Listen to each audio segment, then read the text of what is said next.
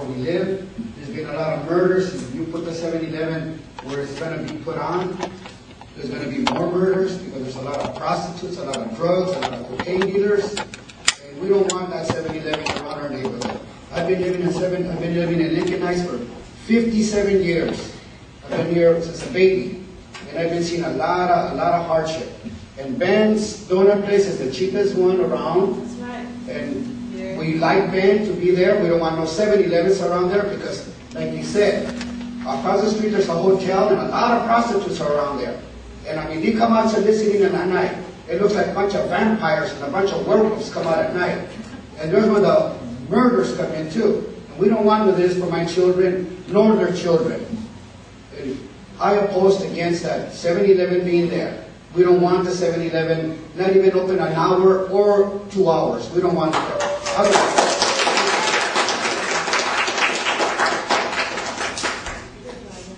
Ralph Guerrero, and you may shout.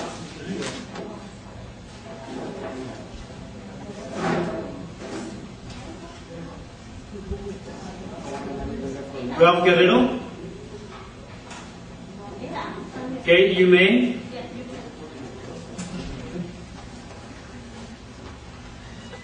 Hello, my name is Yumei Xia. Me and my husband right now still own the donut shop. This place 3724. My donut shop now still opening.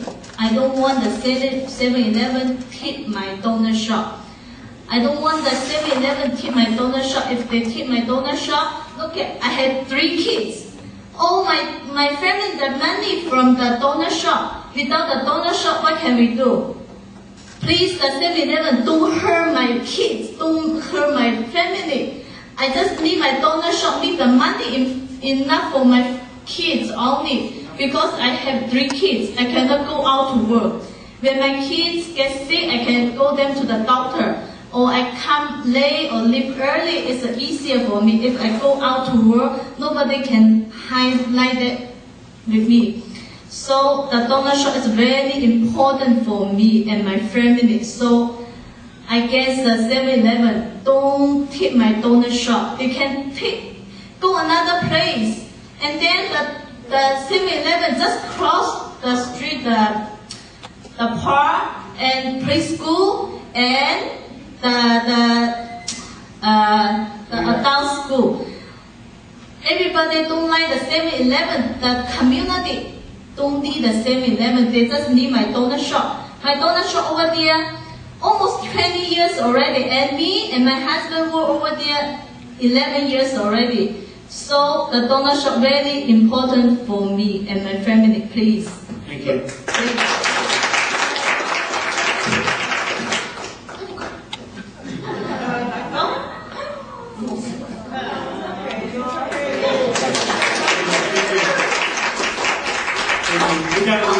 She's shy, okay. Thank you. Thank you. Appreciate it.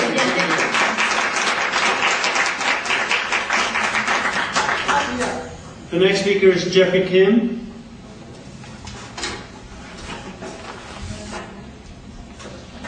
And following Jeffrey Kim is Kimberly Roanoke. Hi, my name is Jeffrey Kim, and I'm here from my parents. They're the owner of Lincoln Park Market. Lincoln Park Market, yeah. And for 6 years, my parents and my whole family have been supporting how to run the Lincoln Park Market. And then when we heard that the 7-Eleven was coming in, we were devastated for the fact that they needed to build their business and build a house. And then I just got to college, so I paid my bills, and then my sister's like almost college. I was bring our money, and then we saw like economic hardship. It's really hard for our family. And then we got approved for a scan shop, now alcohol, thank God.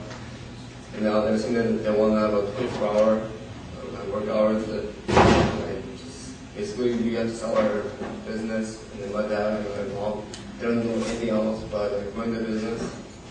That's what they did for the game of the family since we came to the States. So I was saying that I need some 7-Eleven here.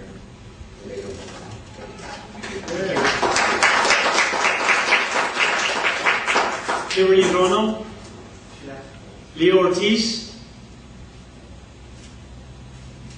Seren Flores, and followed by Hugo Pacheco. I'm Serena, and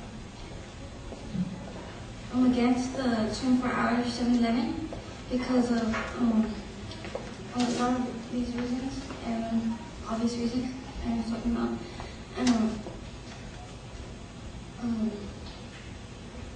especially I guess the main reason the hotel, you know, the prostitutes that says they want really bad crimes, and that it's just, you know. I just want to add that Don't Shop is, I don't know, it's not overpriced, and I go to skate park across the street from the Don't Shop skate park. Skate helps me breathe. It's really good exercise. And I just go to Don't Shop and just buy a dozen donuts for $5 flat and share it on my friends. So we just have a good time, and then take the bus home. You know, when the park's closed at night, it's time to go home. So that's time to go home, and that's just, I don't know, it's just, I don't think it would be right. It just doesn't make sense. It doesn't really make sense to me.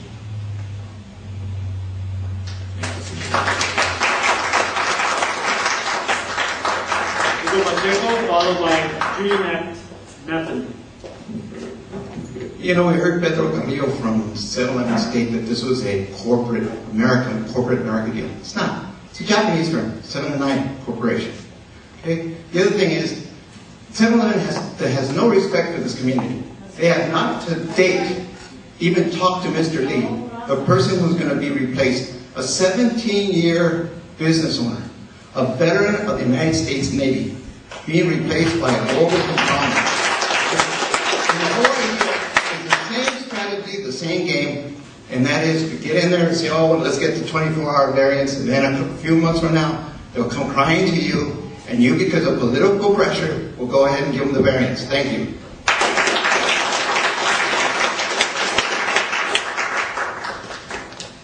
Judy, followed by Ben Lee. Hi, I'm Judy Napton. Again, I'm a property owner in the area, and I have tenants who are families. And I truly just believe that the 7-Elevens are just a magnet for the wrong kind of element.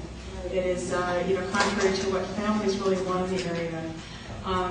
Despite the kinds of incidents that happen at these 7-Elevens, particularly a 24-hour one, maybe they're not big high crimes that make statistics for LAPD, but they're loitering, the prostitution, it's just the element that it just draws like a magnet. The wrong element that it increases crime and creates a blight on the community, and certainly I'm opposed to that.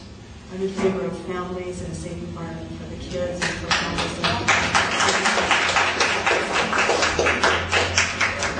families. Ben Lee, followed by Maria Ramirez. First, I'm the current owner of the donut shop. My name is Ben Lee, and I served in the U.S. Navy from 1988 to 1996. I came to this country because I hate corruption in Vietnam. But I never imagined I came here and see the same thing. 7-Eleven can bribe police to come there, give them free food, free drink. I don't give them free drink.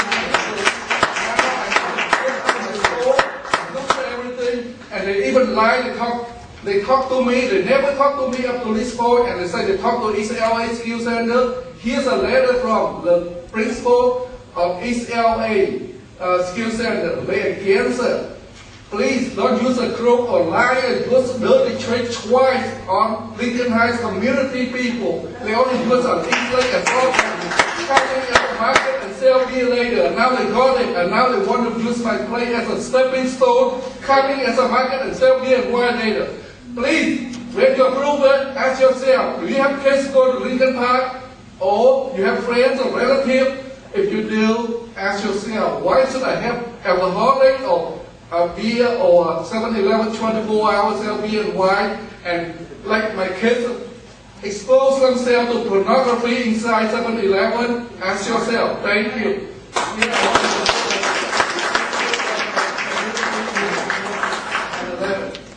Maria Ramirez, followed by Tiz Palde. Yes, my name is Maria Ramirez. I've been a very long customer of the donut shop, and I've seen a lot of kids that come there, and you can't even buy a soda nowadays for under $1, and that's what you will get over there at that place. And you will see the kids eating happily and getting along, and you don't see the panhandlers like you see at all 7-Elevens, and everybody buying liquor for them all over the place. And I've been to a lot of 7-Elevens, and you see them over there on Sunset, you see them in Rosemary, and it's just a mess. They're a mess. Thank you.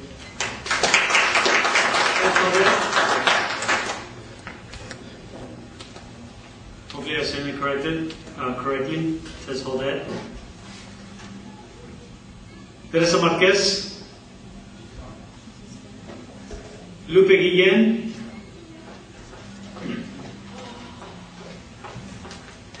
Hello.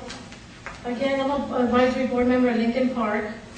The reason we have Lincoln Park there, we have Shane Inspiration, the skating ring, and all those games are very positive for the community.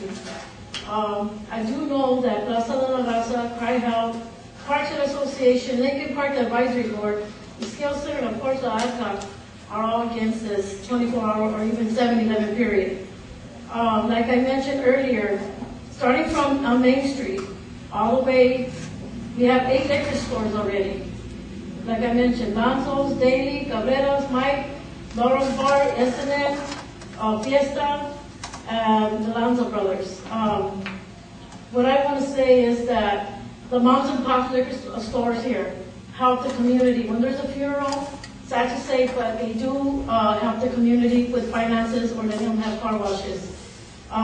Richard here every year, for all the homeless at Lincoln Park, he donates meat and sodas and water, and he gives back to the community with no hesitation. I've been a community advocate and I do events, and it's very hard to get stuff from 7-Eleven when I need sodas and water. And I see Shane, my new brother, I don't know where you're at. Okay, time is up. Okay. Thank you so much. We hear everything that's going on here, and shame on 7-Eleven for not listening to our Thank you. community. The next speaker is Jose Young.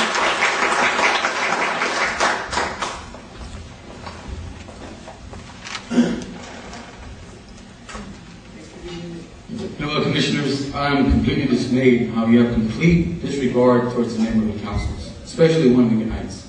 I got the minutes here that state on the record that the Lincoln Heights Neighborhood Council is opposed to the CUP 24 hours at that location.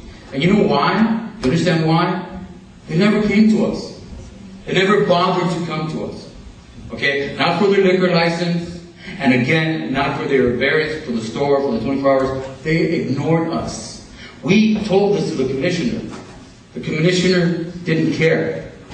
Now I'm looking at the fact that maybe this is a rigged process between the council office, the politicians, and the corporations, and maybe a 7-Eleven. Maybe there's a mordida somewhere that I'm not aware of. But the fact is, the Lincoln Heights Neighborhood Council was excluded from this process. And we have taken a position opposing the 24 hours. And again, in front of the video cameras, I will show that the fact that the Lincoln Heights Neighborhood Council took a position against 7-Eleven 24 hours, that you will approve it. Which will prove my point that what we have here is a kangaroo type commission, lapdogs of the mayor, of the corporate interest, and of the politician that raised. And I am seriously disgusted. All this rhetoric about caring about the community and holding its best interest, why don't you uphold the neighborhood council's best interest and the fact, the integrity of the neighborhood council, that they've been ignored from this process? Why don't you consider that? Okay, make sure you consider that when you care, when you throw your rhetoric about how important your community is. Because I served on that neighborhood council for 2 years for free. Okay, and the fact that they never bothered to come to us, the fact that they never even got on the agenda, and all of a sudden we found out about it at the hearing, this is wrong. And there's a city charter involved here. We're supposed to be in the loop. I'm going to say that you need to hear us, but at the bare minimum, you need to consider our recommendations that we were not allowed to present to you. But the only recommendation... 1 minute is up, sir. Thank you. Fine. So I'm going to submit this to the record.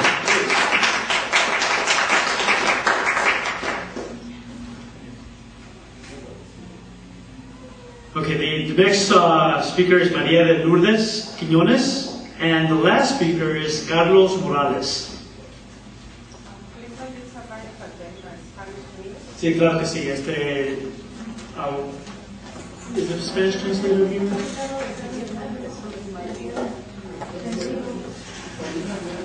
I'll try. No hay alguien que pueda ayudar. No, let's go ahead and ask Hugo Pacheco. That's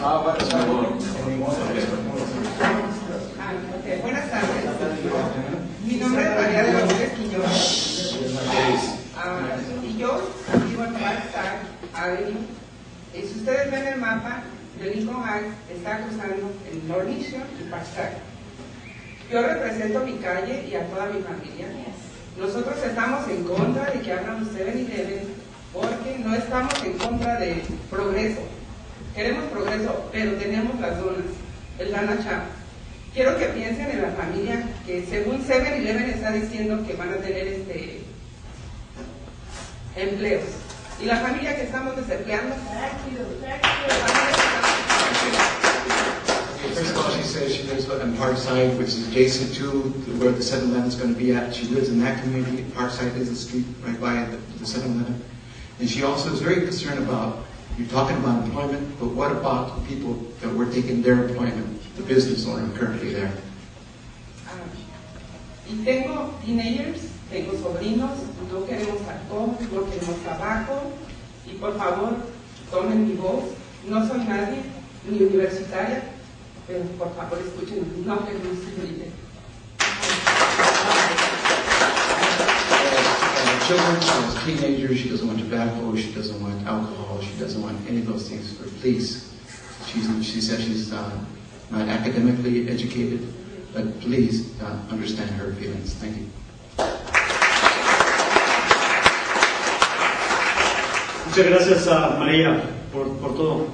The next speaker is Carlos Morales. Yes, good evening. Again, two words, integrity and public service. Councilman Reyes had a grand opening at the park. There's going to be a sanctuary. When I left that ceremony on my bicycle through a public park, 75 feet away, there was about a dozen people smoking pot. 75 feet away from the councilman and the mayor being there. And that location is the new skate park, which is across from Mr. Lee establishment. LAPD knows how dangerous this community, this sensitive area is. I don't know what's going on behind closed doors to them not to come out. Look at the stats. The police are there all the time. Mr. Lee, he fought for our country, believed in the American dream. Where's the Lincoln Heights Chamber of Commerce? They were here. Where's the Lincoln Heights Chamber of Commerce supporting this business that's been in the area for 20 years? Providing service. Tackling the challenges of language and the gangs. And they're still here. And they want to be here. Thank you, sir. Let's do the right thing. Thank you. Thank you. And now we're going to hear from the folks against the appeal. And we have 1, 2, 3, 4. And now it's 5. And we're going to begin, again, 1 minute. No yielding of time to Sean Misra.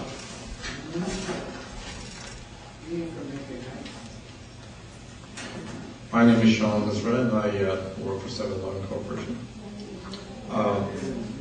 Just to let you know, please, just to make it clear, we did not approach that location.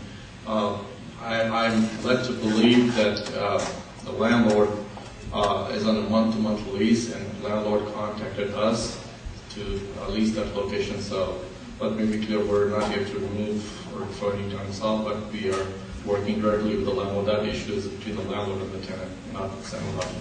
Secondly, 7-Eleven has revamped its entire food structure. We cater to 3-day parts. So even for the nighttime traffic. We have the fresh foods, the hot foods, the coffee, the milk, the medicines, anything that you want. So it's there. So it's like a mini grocery store. It's not a liquor store by any means. There is no beer, wine, nothing at all. So one of the things we are going to do is to revamp that entire location, bring good lighting, a fishbowl effect, a see-through where in and out the LAPD can come in there. All in all, our franchisees are held to highest standards to remove any graffiti or anything else that exists. Commissioner Marquez here. Can you explain the fishbowl effect? I read it in the report, and if you can describe what the fishbowl effect is, I just assume that it's related to lighting, but can you be a little more specific? Besides the lighting, we do have interior lightings. There are LED lights, first of all, green lights. But what we have is we have glasses all around, so anybody can see from outside what's going on inside. So LAPD will have a clear view inside of the fishbowl. Thank you. Thank you. The next speaker is Marta Gonzalez, followed by, let's be a little clearer. Help me out with this one. So if we could begin with Marta Gonzalez, please. There's no more yielding the time, I'm sorry. We've agreed to that in the last section. Lilian Martinez.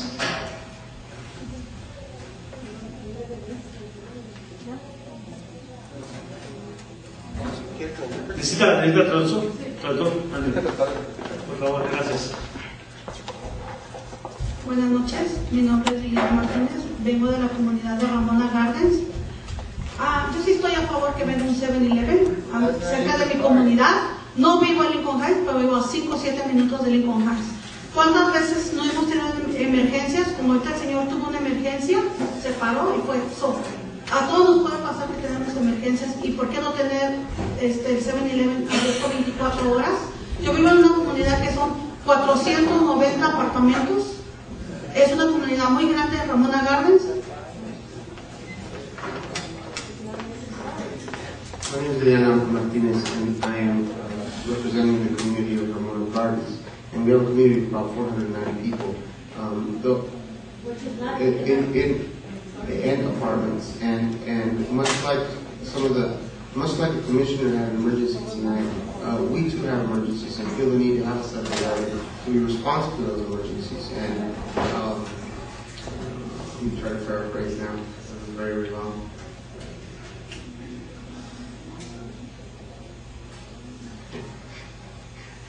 And we are in support of the 7-Eleven. Okay. Yo vivo en una comunidad llena de violencia, mucho crimen. Si ustedes pueden mirar, la policía sabe que mi comunidad está en gang engagement. So, una tienda no hace diferencia. La diferencia la hacemos nosotros como padres. Ahorita estoy muy orgullosa porque mi comunidad acaba de traer a las grandes ligas a un jugador, a Noel Ramírez, saliendo de los proyectos de Ramona Gardens, va a jugar a los Red Sox de Boston. Es un orgullo, y es criado en una comunidad llena de violencia, donde hay crimen, donde hay drogas. She's very proud of the fact that, and she knows that there are problems, she knows there is violence and gangs and everything else, but she can't blame the store for those problems. And she has a testimonial, and there's a gentleman by the name of Noel Ramirez who currently works is playing for the Boston Red Sox, and is a living example of what can come out of these things. Again, you can't blame all of society's ills for all the gang violence and the dangers. What you can do is look inside, look at yourself. The parents have a responsibility, the community has a responsibility to also be responsible to, you can't just lay blame. Entonces creo que una tienda no hace la diferencia. La diferencia la hacemos nosotros como padres para seguir adelante y luchar por un futuro mejor. Tenemos que dar la oportunidad a nuestros muchachos de trabajo. Muchas gracias, el tiempo ya se acabó. Muchas gracias.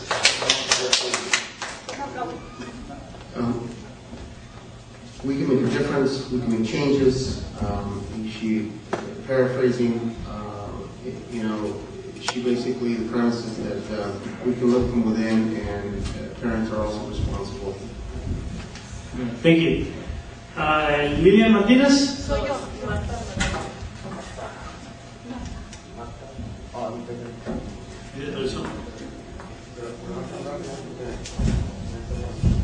Mi nombre es Marta Magaña y vengo de la comunidad de Ramona Gardens. Y yo estoy a favor de la tienda de la 7-Eleven porque es una tienda de que nos favorece a toda la comunidad porque lo que es de cada quien es porque como ellos se oponen de la tienda de las donas, ok, lo que las donas son las donas y la 7-Eleven que va a tener productos frescos como verduras, frutas. Las donas no tienen galones de leche como tiene 7-Eleven, donde va la comunidad a buscar esas cosas ya grandes. ¿Por qué se están oponiendo a que pongan una maqueta así de la 7-Eleven? If you compare the donuts to 7-Eleven, they're two drastic different things. I mean, donuts are donuts and 7-Eleven provides milk, and another issue. 7-Eleven has cold donuts. Porque lo que la comunidad el vandalismo, las pandillas y la droga va a existir donde quiera, no nomás ahí en esa comunidad. Vandalism, crime, that's an option, it's not just there. Muchas gracias. Muchas gracias. Now we have Ruben Chavez.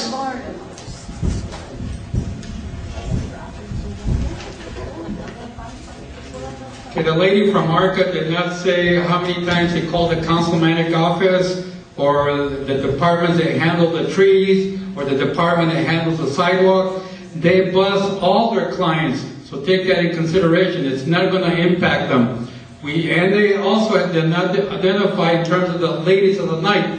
That motel has been there. Remember I told you I've been living in and out of Lincoln Heights since 1948 when my parents bought a house. Can you imagine how rare that was for Mexicans to own a house in those days? Anyway, I think it'd be a vital necessity to that area. It would really enhance that area. It is desperately needed for that kind of business. The little store that's there, the hamburger joint that's there, doesn't really meet the needs of all the residents in the area. Where the 7-Eleven has so many products. Think of we're always complaining that there's no jobs. All the companies that are going to be supplying 7-Eleven, those are the factories that will be making the products. Those are jobs. Okay? And not all the customers that are going to buy there, it's more revenue for the city that we desperately need it. So I hope that you really consider strongly to allow this to be there 24 hours. The PD is going to be there. Thank you, sir. Look at how safe the other 7-Eleven is. Thank you. I appreciate your comments. The same spirit they were trying to give you last time. Sir, thank you. We have one speaker card and I cannot read the name. So if you are this person who signed up but have not spoken, please identify yourself. And I'll try to match your name with the card. So nobody else? Has anybody, Commissioner Marquez, has anybody filled a card that who hasn't heard their name announced? Okay.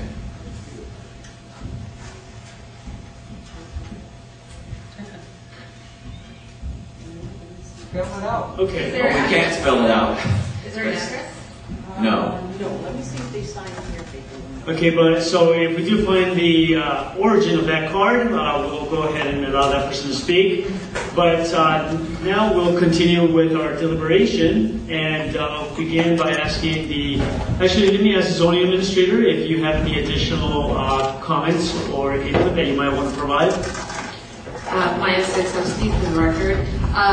So what the council office is requesting is a plan approval for 2 years, and I didn't put that as a condition in this one. I have a 5-year term and then a condition requiring a plan approval if there's any violations of the conditions.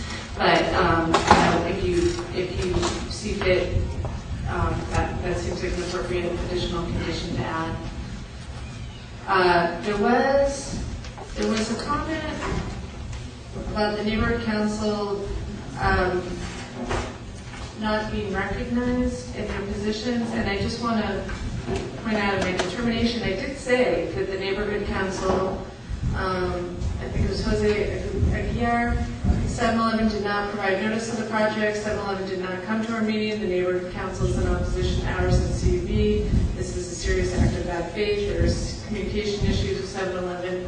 And there was some other comments in here, and I believe even the applicant said that they did not go to the neighborhood council in their opening statement. So that was taken into account. There's no requirement to go to a neighborhood council. We as decision makers always appreciate it because it means that they've done adequate outreach, but I can't deny a project just because they didn't go to the neighborhood council. I just have to look at the findings before me and the facts. Thank you. Commissioners? Yeah, Commissioner Bach is here. If I could have a representative from 7-Eleven. Yes, Commissioner. Yeah, Mr. Carrillo. Mr. Carrillo, can you describe the outreach effort conducted by 7-Eleven, specifically this property? Hang on, excuse me.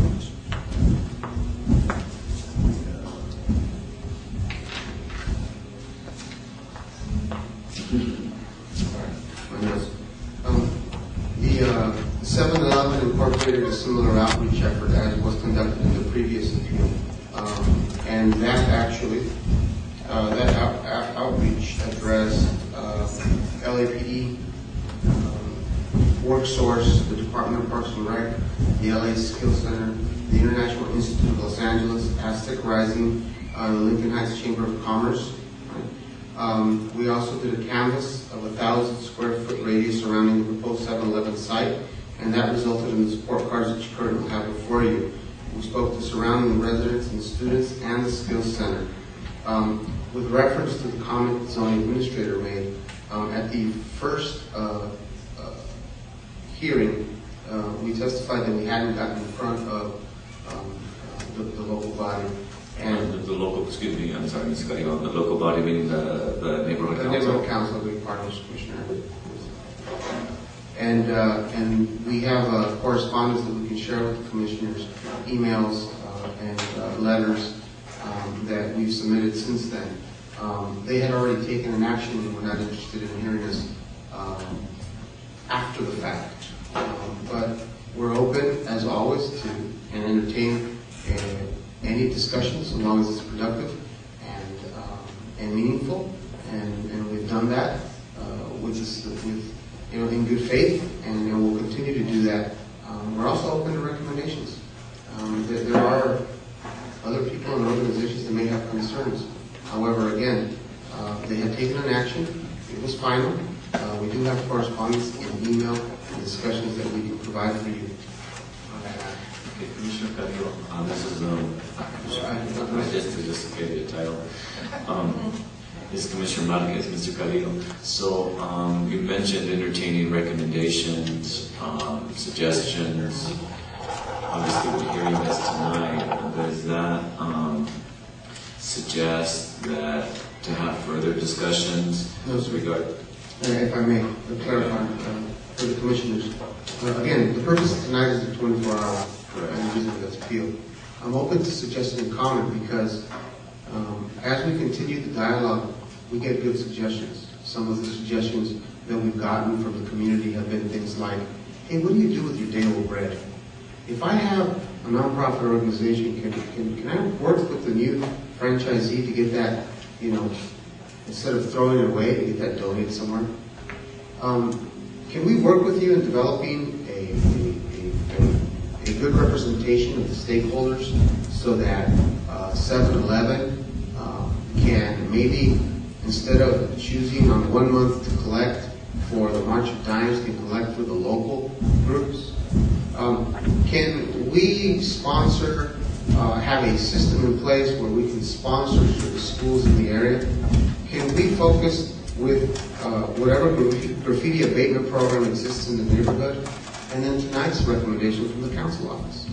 On the 24-hour, on this issue of 24 hours, instead of it being a 5-year grant, can we institute a 2-year review so that doesn't just allow us the review of the 24 hours, but allows you a forum also to see, and it's a check and balance. So that's what I was referencing when I meant we're open to any and all suggestions. Tonight, obviously, we have to deal with the facts, and we have to say yes or no to an appeal. That doesn't mean that the dialogue stops. It's an opportunity for the community to say, hey, 7-Eleven Corporation, we want a franchisee that fits our community. We want a franchisee that can meet these needs. There are many examples in the city of Los Angeles. I've had the pleasure of working with the 7-Eleven in different areas of the community, in the San Fernando Valley, in Pacoima, where Lincoln Heights is paradise compared to some of those areas. But that 7-Eleven has made all the difference. Not because the community shut out a corporation or scared people, but because commissioners like yourselves and people in the community and zoning administrators said, this is an opportunity. Let's give 7-Eleven an opportunity, but let's trust but verify. Let's implement all of those tools that we need to make sure there's checks and balances, and let's make sure that the community wins. When that is in place, and it's a two-way street, most often than not, it's a success. Mr. Carrillo, when you talk about tools, what tools are you talking about? The tools that I'm referencing are conditions, the ability to engage a franchisee, to influence the ability to help the surrounding community, to have a true voice, to have a regular interaction with a store owner that really is going to take under advice the suggestions that are being made. There are some bad examples, unfortunately, that have happened in the past, and I can tell you that comes from reaching a decision hastily and moving without any checks and balances. So I'm referencing the whole system. I want to commend the system. I really believe in it. I understand on this commission podcast because separating this case from the other case and separating one 7-Eleven from the other 7-Eleven, because in the previous case I put in some trust into that leadership there because I thought they were accountable. But even in Lincoln Heights, you can go from one block to another block, and the dynamics change, the zoning has changed. It could be you can go from residential to industrial in 100 yards, and it changes the dynamics and it changes the way pedestrians walk. It changes what police can see because maybe the height restrictions are different, the trees aren't cut, and such like that. And that's what I take into consideration there. That's why I'm talking about the tools that are available. So I'm very focused on not so much what we can do in the long term. I know economically, 7-Elevens, I don't even remember seeing a 7-Eleven close down, okay? So I know they tend to do well, okay? But I'm also, concerned about the economic impact. It's not the same way I'll be honest, the way I look at a Walmart, and the economic impact it makes and such like that. So those are things that are taken consideration. Besides, I think with Paramount, obviously, and I think it's Paramount is the public safety. So those are things I'm thinking about right now. The lighting, the trees, okay, proximity to the park, and such like that. So, if I may, Commissioner, for the most part, in any other hearing, I'd say yes, sir. I take that under advisement, and I go back to my seat and I take copious notes. But Commissioner, I know your work, and I know your trajectory and your history, and I know that you take your job seriously. And much in the way that you've taken some of the dilapidated neighborhoods of the city of Los Angeles and changed them around, I believe that 7-Eleven has focused in on the bad with the intent to make good. And the presentation you got previous to mine was exactly what 7-Eleven wants to reverse. So I want you to take that into account. And again, I say all of that to say that I believe that this corporation cares and is going to make a commitment and a long-term investment. But really, the President's direction tonight is to consider the 24 hours yes or no. Correct.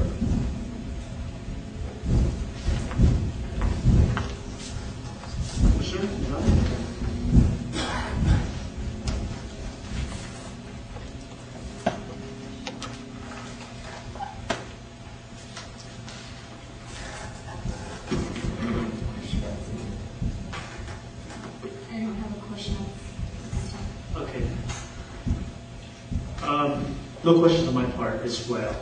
But I think what I do want to say, again, I'm trying to focus on the issue at hand, which is 24 hours, because I know, the owner has that right to, select its lease, and I know there was very compelling stories about the history with that site. It's a very challenging case. It's a very challenging case because, again, I wasn't aware of the background behind the donut shop. I really didn't know that donut shop still existed. But again, I'm trying to focus on the main issue, which is the 24 hours, whether it should be open 24 hours or whether it should just have its regular times. And in that issue itself, I really do think that having it 24 hours is, one is, we know 7-Eleven is just common practice, so that's probably the only reason, the only way that it would exist. But two, I do see the benefits that come with a well-lit area. I do understand the benefits of having a 24-hour store. Sometimes I get out of work at 11, 12, midnight, and I want a snack, and I think others probably will do the same. So, given just the issue on hand, which is should it be 8 hours, 9 hours, 10 hours, or should it be 24 hours, I'm inclined to uphold the zoning administrator's decision on that issue itself. And I really, at this point, don't think that I should be getting into the issue whether the store should exist or not at that location. I think that's a separate issue for a separate time. I appreciate Commissioner Angulo's thoughts on this, because I like them with 2 words, opportunity and necessity. I think we talk about the opportunity, but is it absolutely necessary right now? I think there's other things that we need to do in that neighborhood. No doubt, there is opportunity, but this is a conditional use permit. So in a sense, what you're doing, what we're agreeing to do is to allow something that was, allow an exception in that area based on the hope it will benefit the neighborhood. And I'm absolutely convinced, not right now, as I'm just looking at this neighborhood distinct from other neighborhoods and the other things that we need to do there.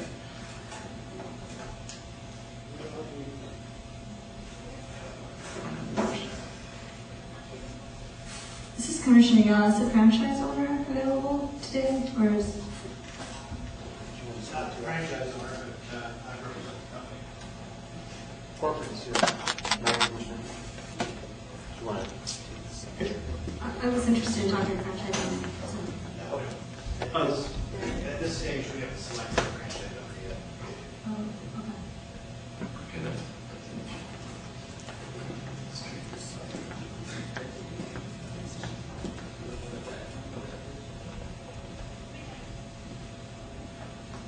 And the first time you speak to that question, right?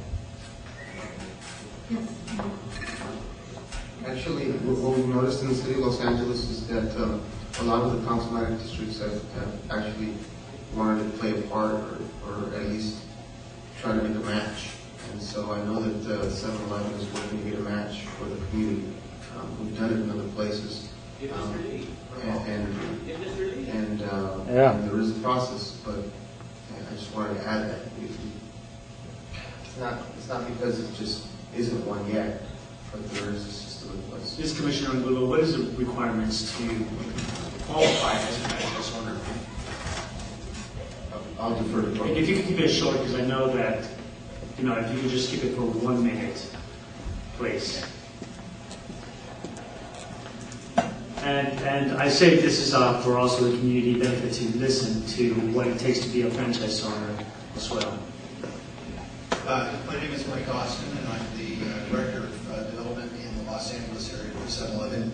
The requirements really start off with basic economic requirements. How much cash do you have to invest in the business?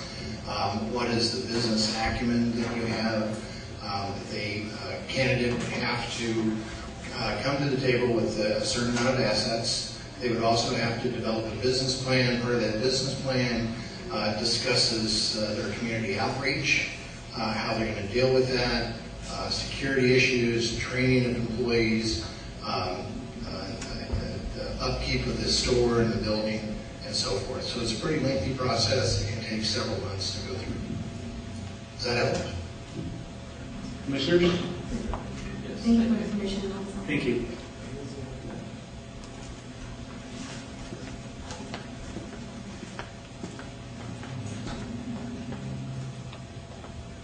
This is Commissioner Miguel.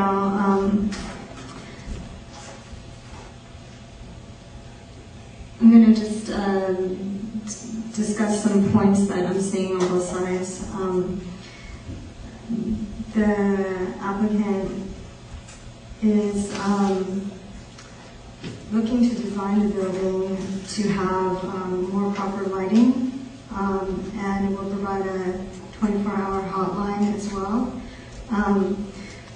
And there will be video surveillance and cameras. So those are all things that we look towards in seeing in a new establishment. What this case is different from other cases before us is that the community outreach input and deliberation process that happens prior to the case coming to us is not as sufficient as we would like to see typically when it comes before us. And there has been attempts to have that process done in conjunction with the council office in the past, which has worked well. We did receive petitions. I don't know how many signatures that were submitted to us, and it shows that there is significant concern about this project that has not been addressed. We also like to have a responsible party who would take responsibility for overseeing the store to ensure that if it was operating 24 hours a day, that they would take responsibility for running that store. So at this time, those are my comments while I'm seeing the case on both sides. Commissioner Marquez?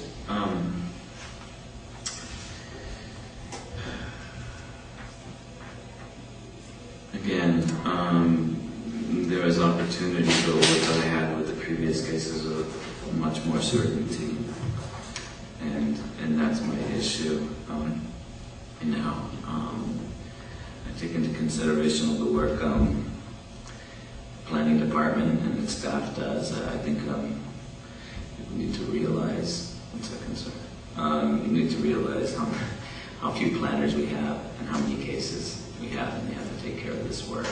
Okay.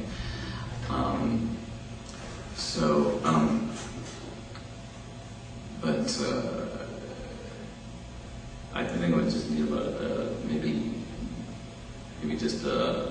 take a 1 minute break, and then I can just kind of see what I have in front of me, and then we'll kind of go. But the gentleman, that's your call. Sure. We are going to take a 1 minute break. I think we just need to look at some of the documents and so forth. So 1 minute break. Or yourselves as well.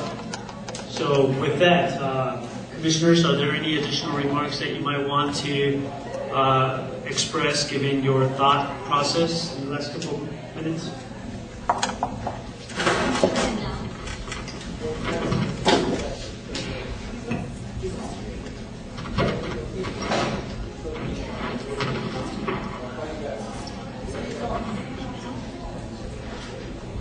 Go ahead, Commissioner. This is Commissioner Miguel. Does Councilman Reyes' staff like to make comments?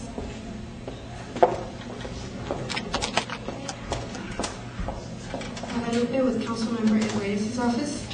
I was rethinking, again, all the testimony and your questions, and one of the things that we asked the applicant whether they would be willing, again, to have a 2-year review, to review for compliance and in regards to the hours and everything else, all the conditions.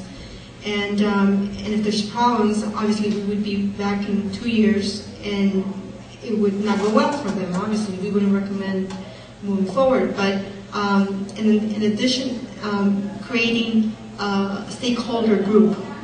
A couple months ago, when Cry Help, that's one of the rehab centers nearby, was established, we created a stakeholder group because people had concerns back then, and it worked out. We had Representative of LAPD, the nearest stakeholders, and this we would like to have entertained as well, and the applicant's willing to have this added as a second condition, to create a stakeholder group with immediate neighbors, and they will assign, they will have someone from 7-Eleven on this steering group who will participate, let's say, on a monthly basis with the stakeholders. And for instance, El Arca could be on there, their immediate neighbor. The senior lead officer, he's willing to be part of that. And any other designee, that we could designate someone, again, to have the channels of communication direct, so they don't have to rely only on calling in a complaint that would be logged in. There would be a group that meets regularly or as needed. And within the 2 years, when we're up at 2 years, we will see how they've handled issues. We would have, experience in regards to this group and feedback within the 2-year review.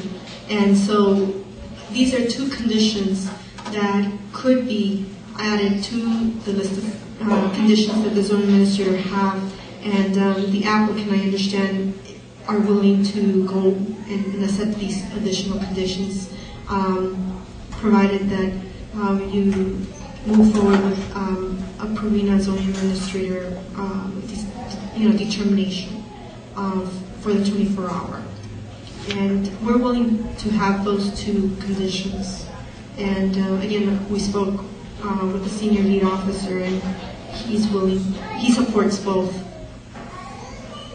So again, these are things that, and we have the reps here of 7-Eleven, if you want to have them here on record, to again confirm this information. Thank you. Thank you. This is Commissioner Gao. I would like the reps from 7-Eleven to discuss how they would implement and monitor, and how would they incorporate resident feedback into this committee.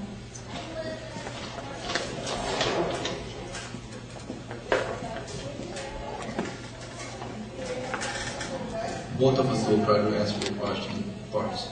One of the things that we did with the earlier case, Broadway and Eatlake, takes a little time to ramp up, and the franchisee came in, became part of the community, and brought everybody else in the neighborhood in his fold. And that is what we're looking to do even at this location, replicate the similar situation, be a part of the community. So the 2-year review, if anything, allows everyone else to give in their reports, and we come back here and we do everything to comply. Basically, that's what we're looking to do. I'll let Mike answer that. We have several hundred locations here in the Southern California area, and we have many franchisees that do outreach into the community. We set up processes where someone from the corporation calls on the store minimum of once a week, sometimes multiple times a week, to review cleanliness, how they're getting along with the community, any kind of dialogue back and forth. So we have that opportunity to have discussions and dialogue with them almost daily. This is Commissioner Gal. My question is how these monthly groups are going to be run, and how the resident comments and inputs will be incorporated. Well, I think one way, of course, we need to know who the representatives are.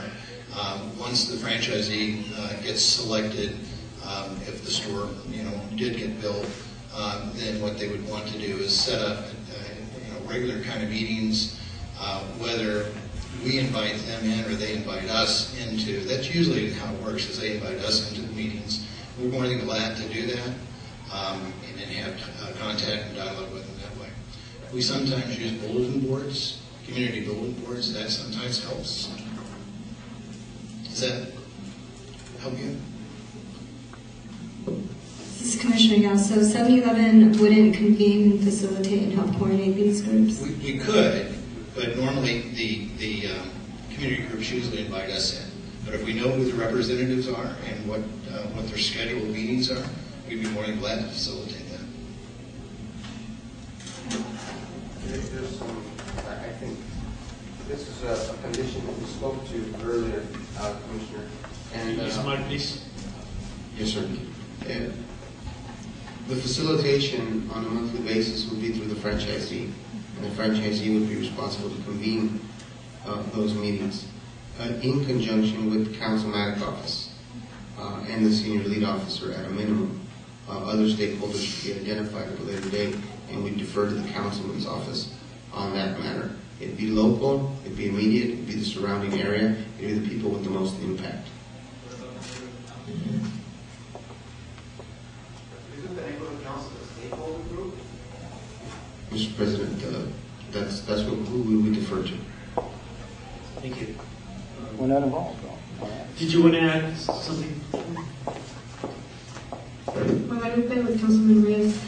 We are willing to play, again, the role of helping assemble this group, working with the franchisee, as I said, and at the minimum, the stakeholders that were mentioned would be part of it. It's not the only ones, but at the minimum. And we're willing to, again, with the immediate folks, especially, but not exclusively. Okay.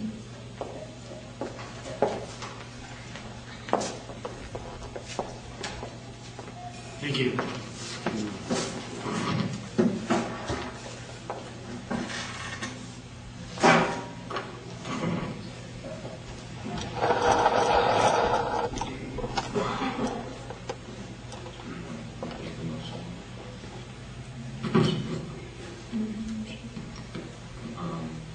I'll propose a motion.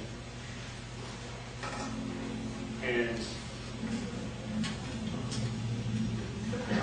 just need time to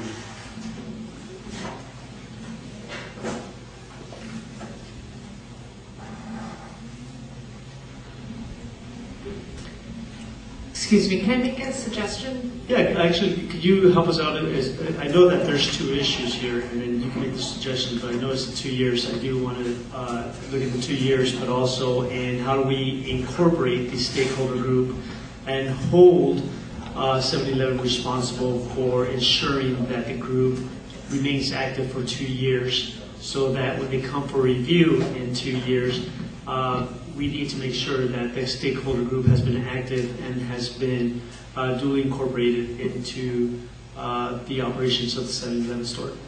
Okay, Maya Zansovsky. Excuse me, this is Commissioner Gal. Before we go into a motion, I'm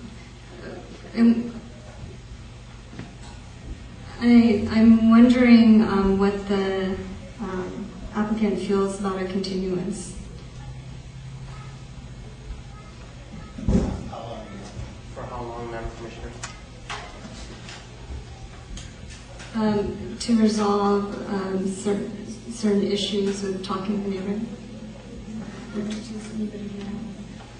That's your prerogative, but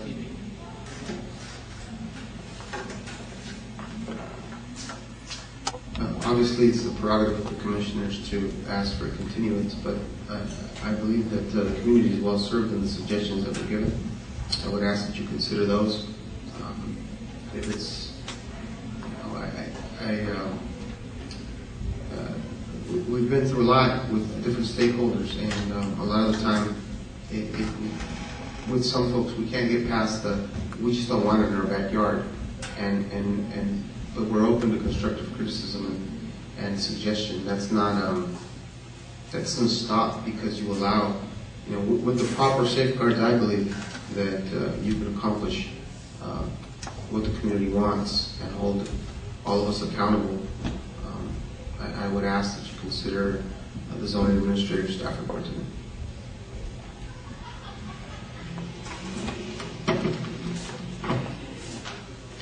Okay, Maya Zansovsky. What I was just going to say was sort of two things about the conditions that Guadalupe had suggested. As far as the stakeholders group, what you could say in the condition is that it would include, the neighboring property owners and the neighborhood council, amongst other neighborhood groups. So it's not a limited number, but that possibly they meet monthly. Rather than monthly, which might be a little bit difficult, maybe quarterly, and then biannually they submit sort of minutes to myself to include as part of the record for the progress that they're making, and any kinds of just minutes about what is happening in the meetings and any kind of solutions that they come up with, or if there's problems that are occurring, and that will be all reviewed at the time of the plan approval.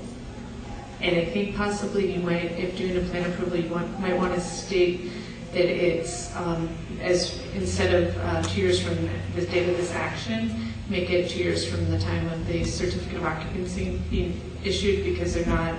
I don't know how long it would take for them to get from where they are right now to a C of O, because I think they're doing significant improvements and they probably want to get a franchisee, so that could take a while. So you would want to have a plan approval in 2 years if they're not even up and running for another year. You want to make sure there's at least, the purpose of a plan approval is to have a period of time that you can look at and see how the operation is functioning. So I would just suggest maybe have the plan approval be based on for when they open, not when the decision is final.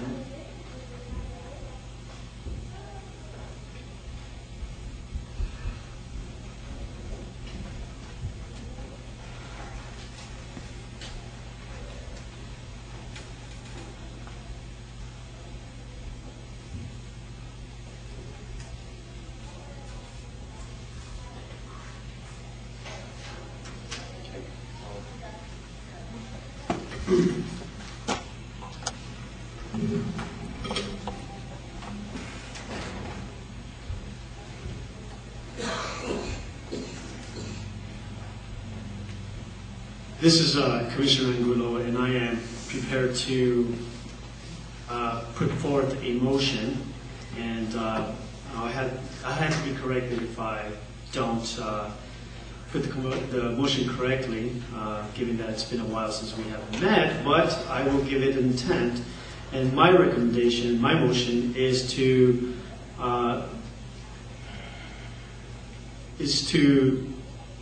deny the appeal report. Wait a second.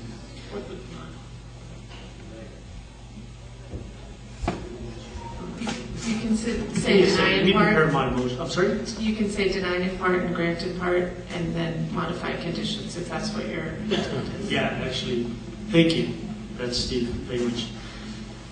So, again, my motion is to deny the appeal in part and sustain the zoning administrative decision for the dismissal of conditional use for the sale and dispensing of beer and wine for off-site consumption in conjunction with a new 24-hour convenience market, in as much as the applicant withdrew the request in writing after the hearing, and 2, for the approval of the conditional use permit to allow the hours of operation of 24 hours daily in lieu of the commercial corner limitation of hours of operation from 7 a.m. to 11 p.m., otherwise permitted in M1 1 zone, and revised condition number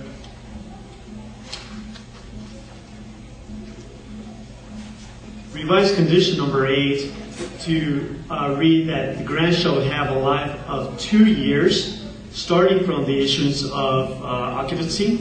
Oh, sorry, go ahead. I think the intent was to keep the term grant as 5 years, but have a plan approval. And so a new condition to require a plan approval, 2 years, either from the... That'll be the completing condition. New condition. Okay, sorry. So we'll keep 8 the same, but we are adding a new condition that in 2 years we'll have additional plan approvals starting from the certificate of occupancy, from the moment of the certificate of occupancy is issued. And in addition, we will add an additional condition that would require 7-Eleven to be responsible for organizing and holding a stakeholders group at the very minimum once a quarter and submit biannual minutes to the zoning administrator. And this group must consist of neighborhood council, members of the neighborhood council or a member of the neighborhood council, the LAPD, a member of the LAPD, city council, and local community stakeholders.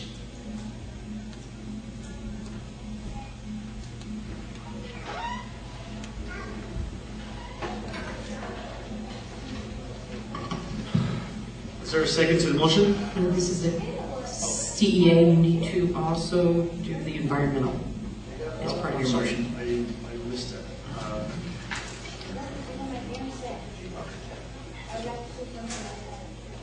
Yeah, and number 3, I'm sorry. Consider the environmental clearance mitigated negative declaration, EMD 2010-3037, MND, to reflect the independent judgment of the lead agency and that potential environmental impacts are mitigated to a less than significant level.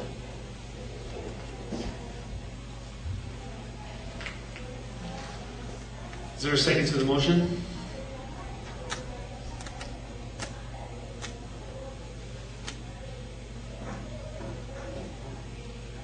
Being that there's no second, I am willing to entertain another motion.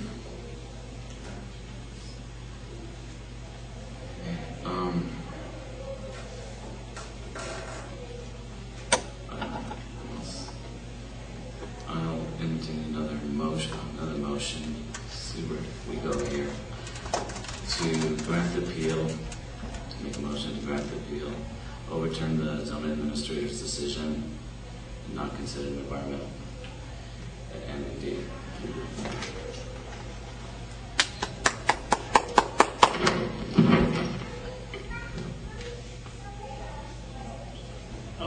Yes, I'm sorry. I think before you motion to overturn me, you have to make findings in the negative. Yes. All right. Can we take a 1-minute break?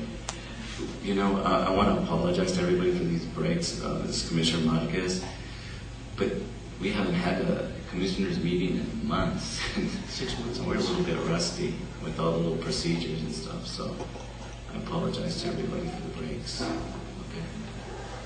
So we're going to take a 1-minute break. So we have, of course, our own ideas, but we want to hear from you based on the conversations and information that you have gathered on what your solution would be for this case, given, of course, that you pretty much, I think, understand where it's heading. So, please. Mr. President and Commissioners, we urge you to consider the report tonight. Another delay would be a substantial burden to the franchise. They're trying to calculate what they can and can't do, and I think that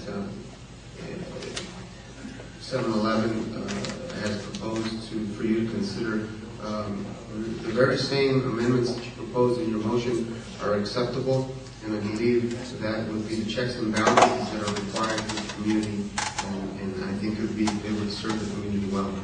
Thank you. Commissioners? Okay.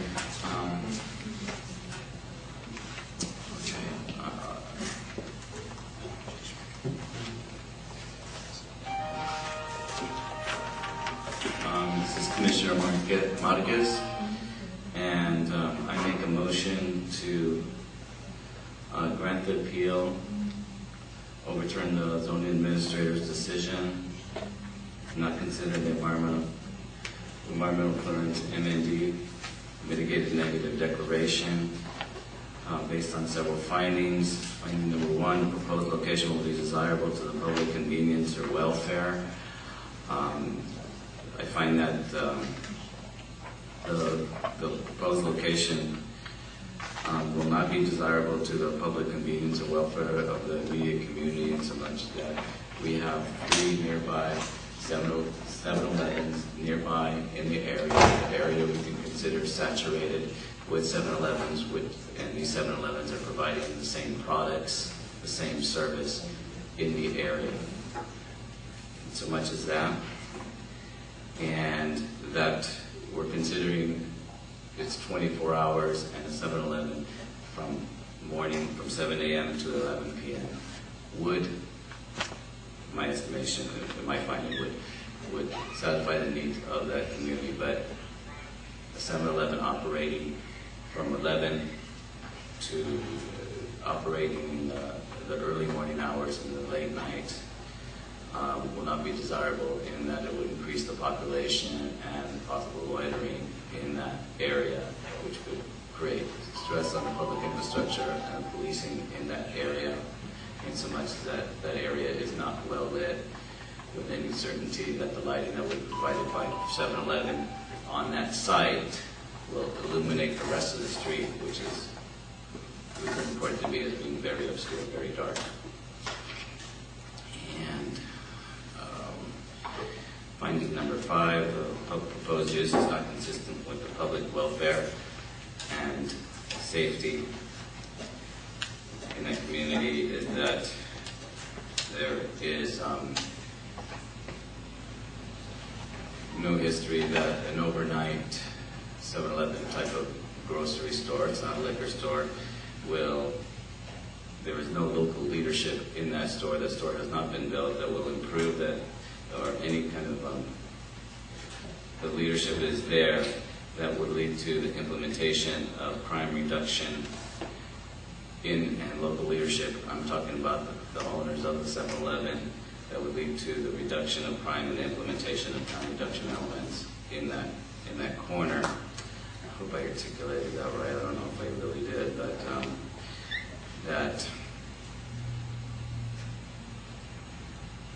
let's see.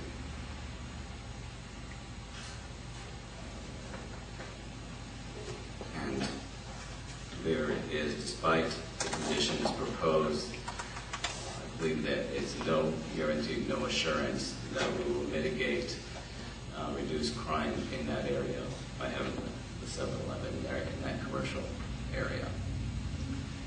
Okay, unlike a residential community. Okay, but what I wanted to do is maybe strike on number 5, but I will rely on finding number 1. Okay. Is that fine? Make the motion. Commissioner Marquez made a motion. Is there a second to the motion?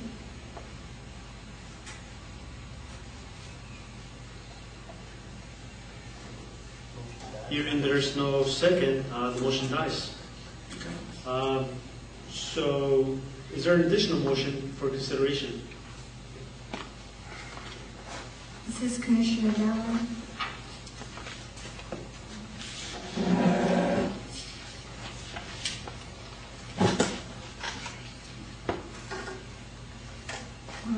I would like to move for a continuance.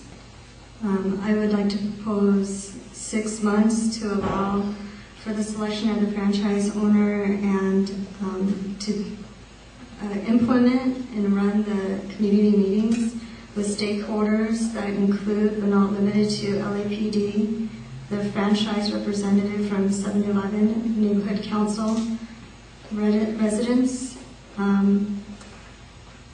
and surrounding businesses. Good. Rhonda? Yes, this is the CEA.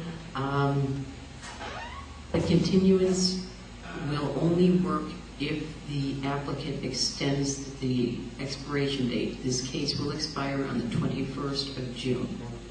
So it's incumbent upon the applicant whether to accept. Yes. And we can pass it and they can choose not to. No, well, Ms. Katay, they will need to provide a... Yes, they would have to give me a sign form or send me a letter or something to indicate that they extend the time to be able to do a continuance. And if they choose not to, then... Yeah, you have... Yeah, if you made a motion tonight to continue the case and they would not extend the case, then you really can't do that.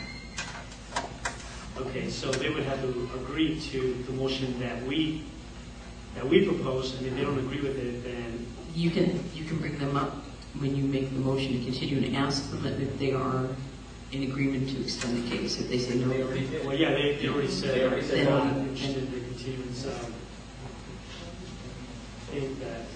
Yes.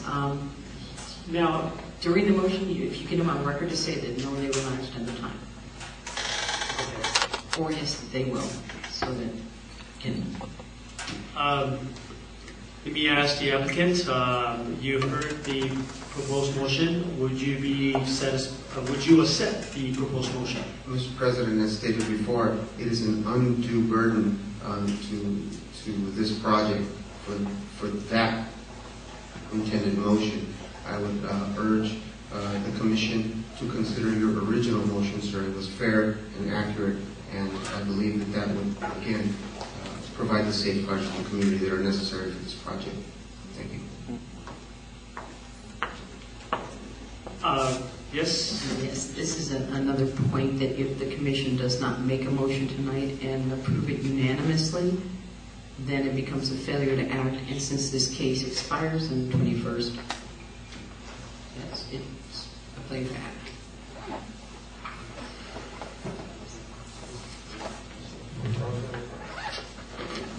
I think this is Commissioner Rule. I think we've had 3 proposed motions from 3 different commissioners. So I think really we're in a deadlock on this case. Unless there's one final motion from the council, I mean not from the council, from the commission. I'm elevating ourselves already, it feels like council. But if there's no additional motions from the commissioner, then we just have to close the meeting. No additional motion for myself. I provided my motion, which stated the way I felt, which was important to me that comparing it to the previous case, is that there is a history of local leadership with the store owner, accountability, community relationship with the community, and I have that history that I can rely on. In this case, I don't. I'm relying on assumptions. There is opportunity, but not assurances. Is it a public necessity? Is it a necessity? Is it a convenience? There is saturation of 7-Elevens in that area. And so it's not as if we have the community will have to drive far to get to a 7-Eleven in that area. And I'm concerned about the lighting on the street, and I'm absolutely convinced that the fishbowl and the lighting on the property will illuminate the rest of the street sufficiently. There's some public infrastructure improvements that need to happen on that street also, in addition to 7-Eleven. 7-Eleven itself will not, to me, guarantee that there will be a reduction in crime.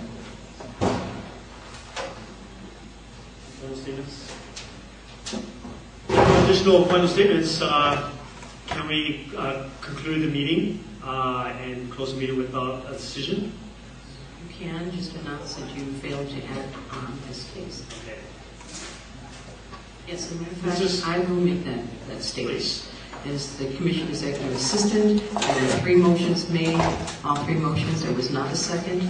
Therefore, the Commission has failed to act on case number ZA 20103036 CUB CU1A. Rhonda, you might want to let them know what that means. The public knows what that means. When a commission fails to act on a case, it just reverts back to the zoning administrator's decision.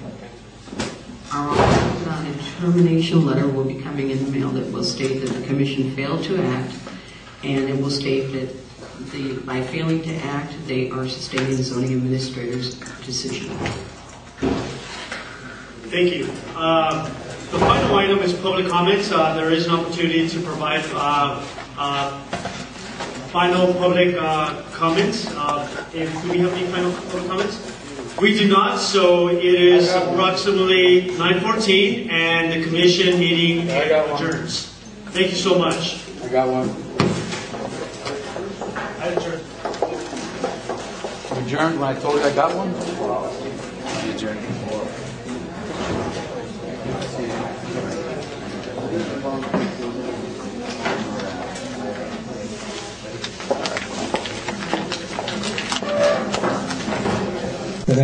That's why we've witnessed so many new millions of dollars to come into our local community despite this economic downturn. It's not easy to get Ascot Hills going. It's not easy to find a solution for Elephant Hill. It's not easy to build that bridge when no other bridges have been built in the city because everybody's saying there's no money available. So working with you, we continue to get the successes we have. But one of the things I like the most about this community is that when we have a local community event, you guys come out and support the community. You know, we had the first fireworks show in El Sereno that we hadn't seen in this community in over 35 years or so. My office worked hard with many of you in this room to make that possible. That's the type of community building that we need to continue doing. If we look at our 4th of July parade, what other community has a 4th of July parade that shows the patriotism, that says we're proud to be Americans and celebrate the independence of our country? Here in El Sereno, we have that. Working with my office, we've been able to partner to make that even more successful. We've done a lot. Why change now? We need to be consistent. This district needs it. We have a common vision. Let's continue to implement it with 4 more years. Thank you very much.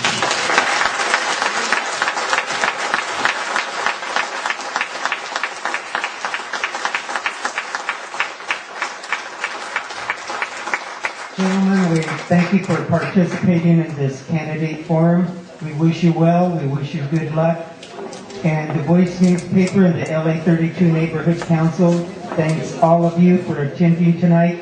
It's important for residents to come out, hear the issues, hear what the candidates have to say about those issues. Thank you very, very much.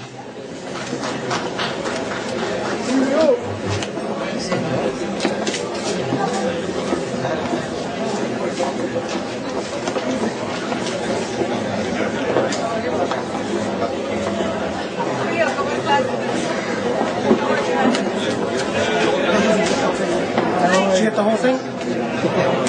Yeah. My camera died. Is that right? Yeah, that's why I got it quick there.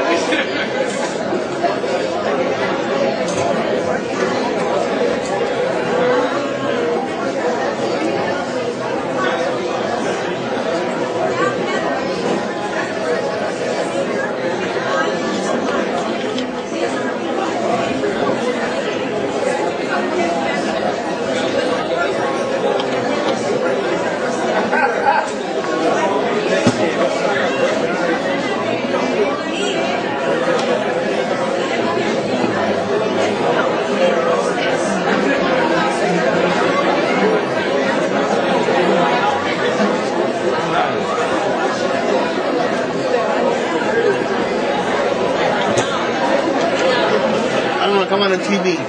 Put you on Home Depot. Or my wife will kill me. I'll put you on Home Depot. No, I can't. Put that little thing. There you go. I'll put on my little sweater. Like the Pepsi guy, remember?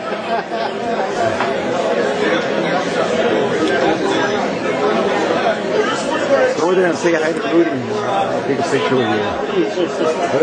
He's a Home Depot guy, isn't he? Yeah, that's right. Huh? That he is. Yeah, he does all those flips. But all those flips that he did before.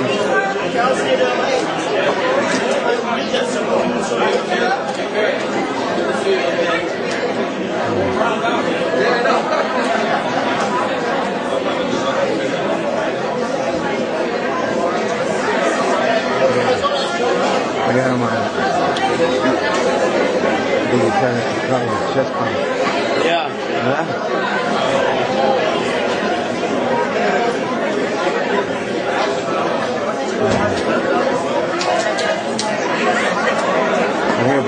I got 7 minutes left.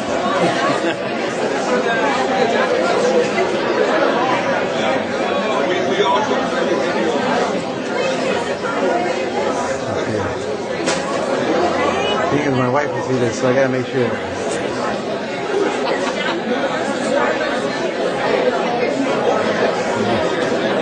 I'm just trying to identify as many people as I can in the crowd. Okay, again, I'm actually the senior lead for the area, and I'm the sergeant. No problem. In this part of the community, where Lincoln Park is, I do have, there is a problem with transients in the park. We have within the last year had a homicide in the park. Matter of fact, I'll take that back. We've had now had 2. We just had one about a week and a half ago. Not within the park, but fairly close to the park as well. It is a very active pedestrian area. We have a school there, for a skill center. We also have LARCA. It's a fairly heavily trafficked area, and trying to answer your question, I'm not quite sure what you're looking for. Let me ask it a little bit more straightforward. Does expanding the hours to 24 hours make the community safer or less safe? I cannot answer that at this point. It's something that I heard the councilman's office say that if this was to be approved, I would agree with the 2-hour review on this, so that I could properly address the question.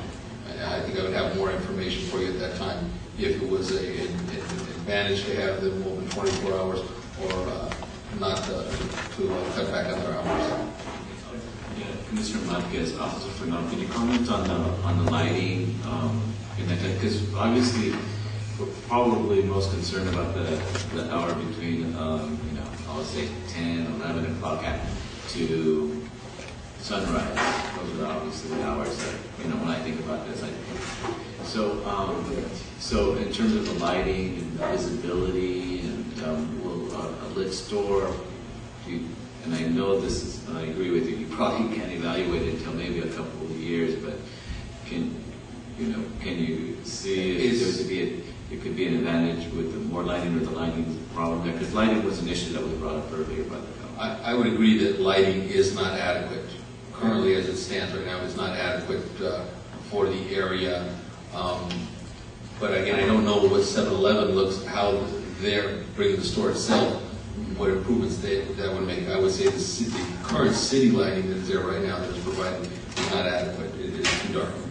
And in this case, I think it was also brought up that the trees haven't been cut, and I know that from asking for trees to be cut myself, there is sometimes up to a 2-year delay on that. Yeah. So it is not expedient by any means. Is that 2 years ago when you're asking about safety or something? I think the only way to get trees trimmed right away is if they're around the power line. It is difficult. So I would say right now that the lighting is not adequate. Okay. Thank you, officer. Any questions? I'm fine at this time. Okay, we're going to. Guadalupe, this is Commissioner Miguel.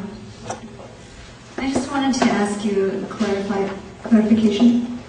For the 2 years that you were suggesting, are you suggesting the review of the granting of the 24 hours or to see that it's in compliance with all the conditions? Right. We support the 24-hour grant right now for 5 years. Okay. And within 2 years, have a review to see how it's going.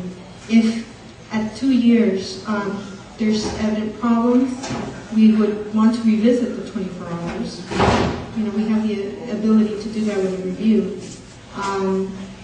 Right now, as it currently stands with determination, doesn't have a review. It does not have a review, it just has a 5-year. Correct. And I was just offering that right now as I was hearing the testimony. It's something that I'm throwing out there. If that's something you want to consider, we would be okay with that. I was conferring with LAPD, and that's something that they would also support. Both LAPD and our office supported the 24 hours per the information that was submitted into the file. But again, given the testimony today, if there's anything we can add to address anything that might have not been, we're open to that. And again, conferring with 7-Eleven, the applicant. So that was it. Okay, thank you for the clarification. Commissioners, so are there any additional questions to any of the current presenters? None right now. Then we'll proceed with the public comments. And we are going to start with the floor appeal. And we do have a big stack for the appeal, which can take us all the way to 9:10 p.m. So what I'm going to ask again is that you talk about the 24-hour, the 24 hours, which is the main point of discussion here. So with that, and again, you can yield your time to another person making public comment, but you cannot yield your time to the appellant or the applicant. You cannot do that. So with that, I'm going to start off with Emmanuel Lusan. And you're going to have to correct me. Emmanuel? Sure. And the gentleman's name? Ted? Okay, Ted, do you want to present on his behalf? Yeah. And it's 1 minute and place on the 24-hour.